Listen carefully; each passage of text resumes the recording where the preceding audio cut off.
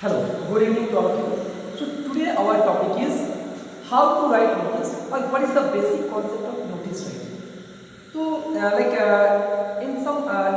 many cases when like class 9, 10, 11 এইসব এক্সামের সময় নোটিস রাইটিংটা বেশিরভাগই থাকে।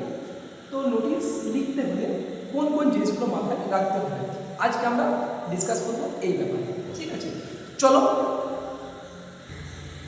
তাহলে দেখো এই যে পয়েন্টগুলো এখানে দেওয়া আছে এই পয়েন্টগুলো যদি আমরা ঠিকঠাকভাবে মাথায় রাখতে পারি তবে নোটিস রাইটিংয়ের যে প্রসেস তা অনেকটাই সহজ হতে পারে আমাদের কাছে।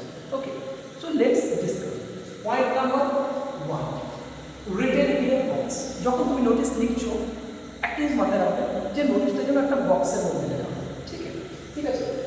Number 2, point number 2, date mention. Date তোমাকে মেনশন করতে হবে যখন তুমি নোটিস লিখছো, তো নোটিসের মধ্যে ডেটটা মেনশন করতে হবে যে কোন তারিখে তুমি লিখছো সেটা মেনশন করতে হবে। Number 3, point number 3, formal input. যেহেতু নোটিস এটা সাধারণত অফিসিয়াল পারপাসে লেখা হয় তাই তোমার নোটিস রাইটিংয়ের টোন এটা জেনারেলি ফর্মাল টোনে লিখতে হবে। ঠিক আছে। Point number 4, conveys important information only. মানে আলতু ফালতু জিনিস লিখে কোনো লাভ নেই। যখন তুমি নোটিস লিখছো তো তোমাকে শুধু ইম্পর্টেন্ট ইনফরমেশনগুলো প্রোভাইড করতে হবে। ঠিক আছে।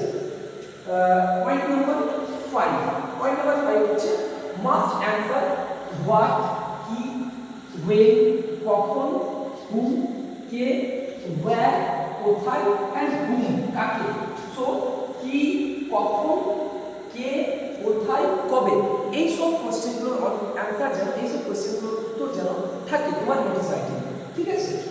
আর পয়েন্ট নাম্বার 6 হচ্ছে একদম সব থেকে গুরুত্বপূর্ণ পয়েন্ট, যেটা হচ্ছে অ্যাট্রাক্ট দ্য রিডার্স অ্যাটেনশন। তুমি যা কিছুই লেখো, যা কিছুই করো, যদি রিডার্সের মনোযোগ না থাকে সেই জিনিসের উপর তাহলে তোমার লেখার কোনো ভ্যালু থাকবে না। অতএব যখন তুমি লিখছো তো একটা জিনিস মাথায় রেখে লিখবে যে রিডার্সের মনোযোগ যেন থাকে সেইটার উপর। ঠিক আছে। So that's all, thank you. আর আমি এই যে নোটিস রাইটিংয়ের যে টাইপস থাকে সেই টাইপসগুলো ডিসকাস করবো নেক্সট ভিডিওতে। তো ততক্ষণ পর্যন্ত অপেক্ষা করুন।